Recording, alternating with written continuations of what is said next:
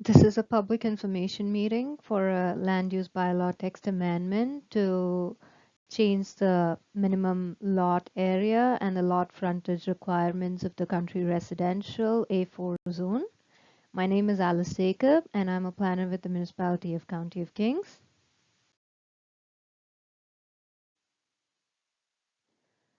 The purpose of the meeting is to inform the public about this amendment and to explain the various planning policies that enable this amendment to occur, as well as to receive preliminary feedback from the public. We are at the very early stage of the process, so no opinions have been formed at this point and no decisions have been made.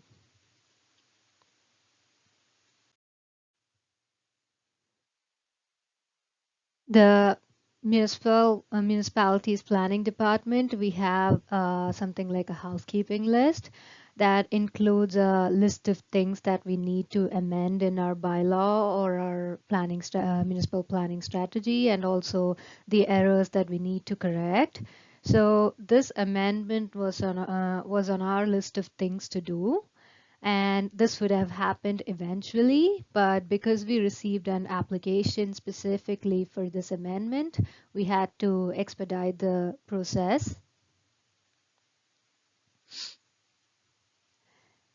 I'll first explain briefly about the application that triggered this amendment and then explain what the amendment is. So the map here, the red circle shows the location of the two properties that triggered this amendment. The properties are located at Oak Island Road, Avonport, and it is located within the country residential zone, A4 zone.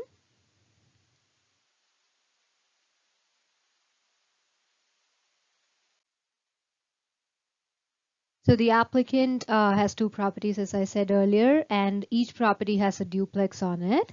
The applicant wants to subdivide the properties and convert the existing duplexes into semi-detached dwellings. These images are just for reference. It does not indicate the actual location of the dwelling or the actual dwelling. Uh, so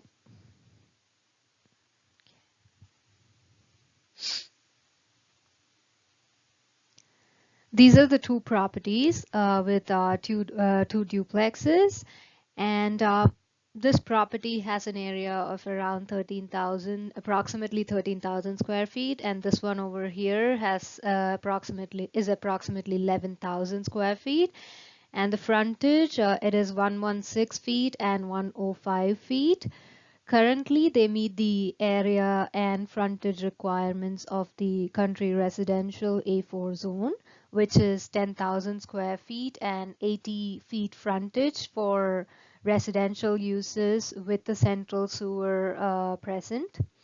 However, if the applicant subdivides it, which is shown in this image, if he subdivides it and turns it into semi-detached dwellings, then uh, each lot will probably be around 5,000 to 6,000 square feet with a frontage of 50 to 60 feet, which cannot be permitted in the A4 zone.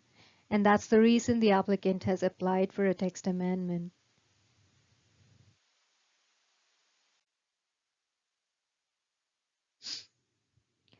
So through this text amendment, we are looking at editing the text of our land use bylaw, which will change the requirements for a semi-detached dwelling within the country residential zone. And as I said earlier, the current minimum area for all residential uses, which includes one-unit dwellings, two-unit dwellings, semi-detached dwellings, it's for all these uses, it's 10,000 square feet with a central sewer present, and the current minimum lot frontage for all residential uses, it is 80 feet, and again with a central sewer.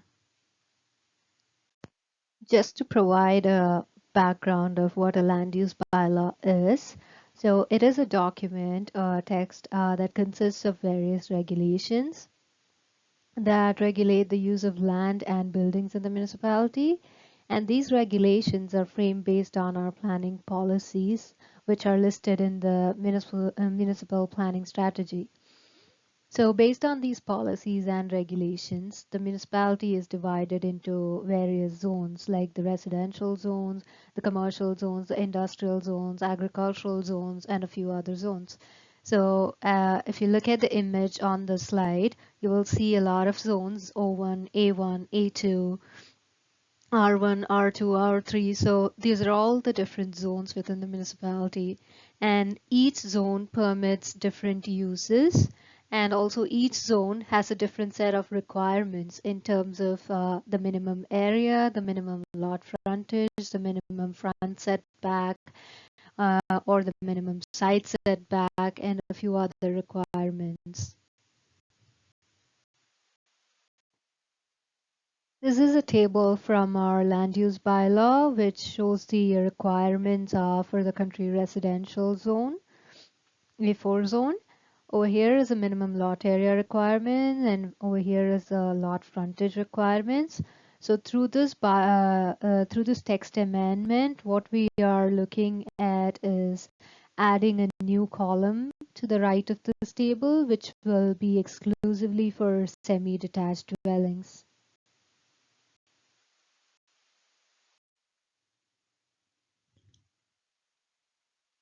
This is a policy within our municipal planning strategy that states the intent of the country residential zone, and it states lands located in the zone are intended to maintain on-site service low-density neighborhoods consisting primarily of one or two unit dwellings while encouraging the efficient use of land and infrastructure in an agricultural setting.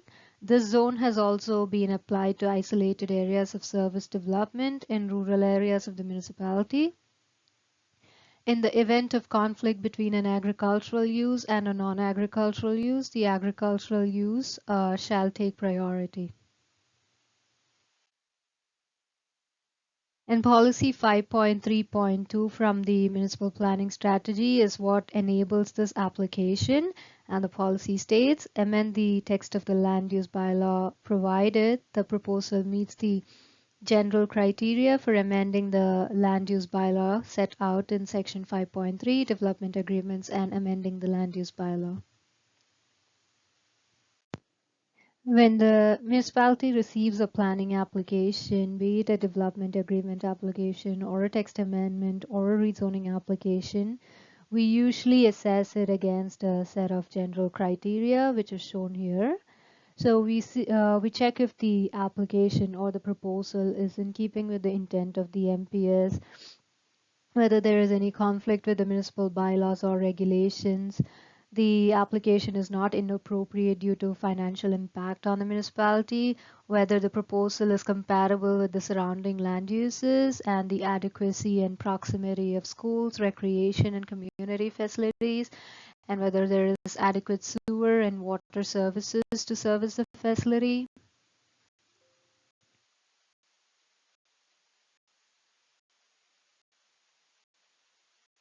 Whether there are any traffic hazards or congestion that might arise out of the proposal, the adequacy of fire protection, the potential for flooding or serious drainage problems, any negative impacts on well fields or other groundwater supplies, whether there could be pollution, including soil erosion, siltation of watercourses because of the proposal, any negative impacts on lake water quality or wetlands, and any negative impacts on neighborhood farm operations, and the suitability of the site regarding grade, soils, and geological conditions. So this application will also be assessed against against these policies set out in the general criteria. Finally, in terms of our process, we are at stage 2, which is public information meeting. Properties within 500 feet were notified about this meeting, and it was also advertised in the local newspaper. The next stage will be the staff review, where staff will review this application and we will be preparing a report. And this report will be forwarded to the Planning Advisory Committee. The Planning Advisory Committee, if they are satisfied with the proposal and the application, they will form a recommendation which they will forward it to the council for a first reading. And from the first reading, the application will then be forwarded to a public hearing. Again, properties within 500 feet will be notified about this hearing, and it will also be advertised in the local newspaper. After the public hearing, the application will go for a second reading. And this is a point where the council decides whether to approve or reject this application. If it is approved, it will move on to a 14-day appeal period. So during this time, members of the public or the applicant or anyone who is not satisfied with the council's decision can appeal to the decision.